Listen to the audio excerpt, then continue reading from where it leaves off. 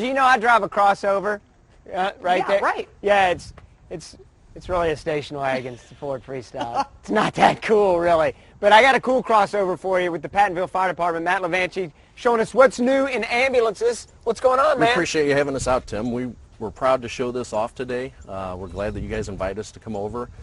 This is a crossover unit. It's not something that most people have seen in St. Louis County. It's new to the Midwest. They're using it on the East Coast right now, but it seems to be, for our taxpayers, we feel it's the biggest bang for the buck. We're going to get a longer life expectancy out of the truck.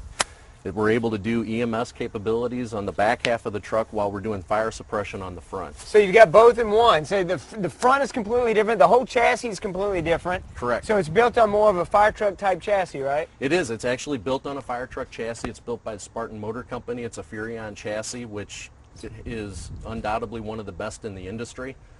The back half of it is made by Braun Industries out of Ohio. It's also known as one of the best in the industry as far as it comes to building ambulances. So what we've done is we've married the two of the top of the line, put them together, and we're giving our taxpayers a big benefit by lowering their long-term cost and maintenance, longevity of the vehicle, and everything else.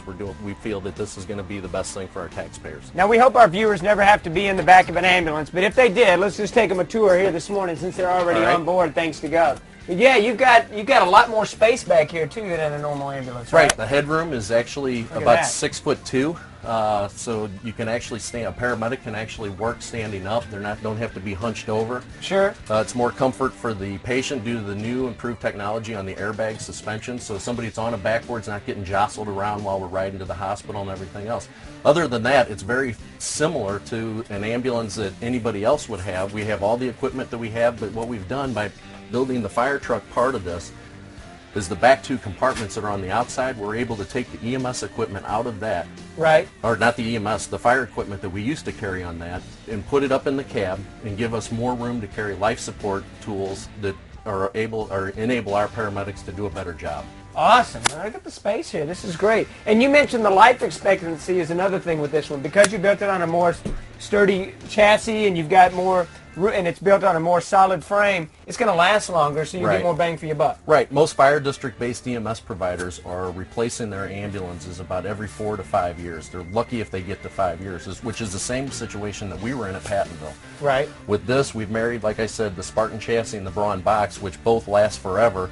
We're hoping to get, and we think beyond a shadow of a doubt, we're going to get at least 8 to 10 years out of that, therefore reducing the cost that we spend fiscally every year, the having to budget for that big purchase down the road. Right. We're doing it in 2009 pricings, basically, is when we spec this truck out. So we're going to have a truck that's built top-notch, state-of-the-art technology, and it's going to last us a long time. So we're not going back out and rebuilding trucks every 5 years. So for that reason alone is a good thing for our taxpayers. Can I take a ride? Absolutely. All right, let's fire it up. All right. You got to do though, Tim. Yeah. The NFPA, which is the governing body of the fire departments all across the country, requires seatbelt to be locked. Got it. This actually has a sensor, won't let the truck move until that seatbelt is locked. I like that. We're going to fire it up.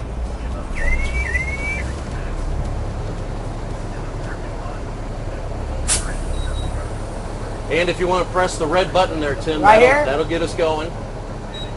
You'll see all the lights on the screen. Oh, and that's another improvement on this ambulance is that everything in this truck is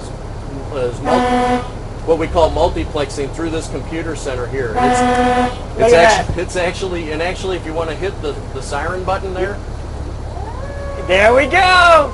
We're ready to roll. You ready? Coming your way. Let's go. All right. Fox News at 9 a.m. Rolling on.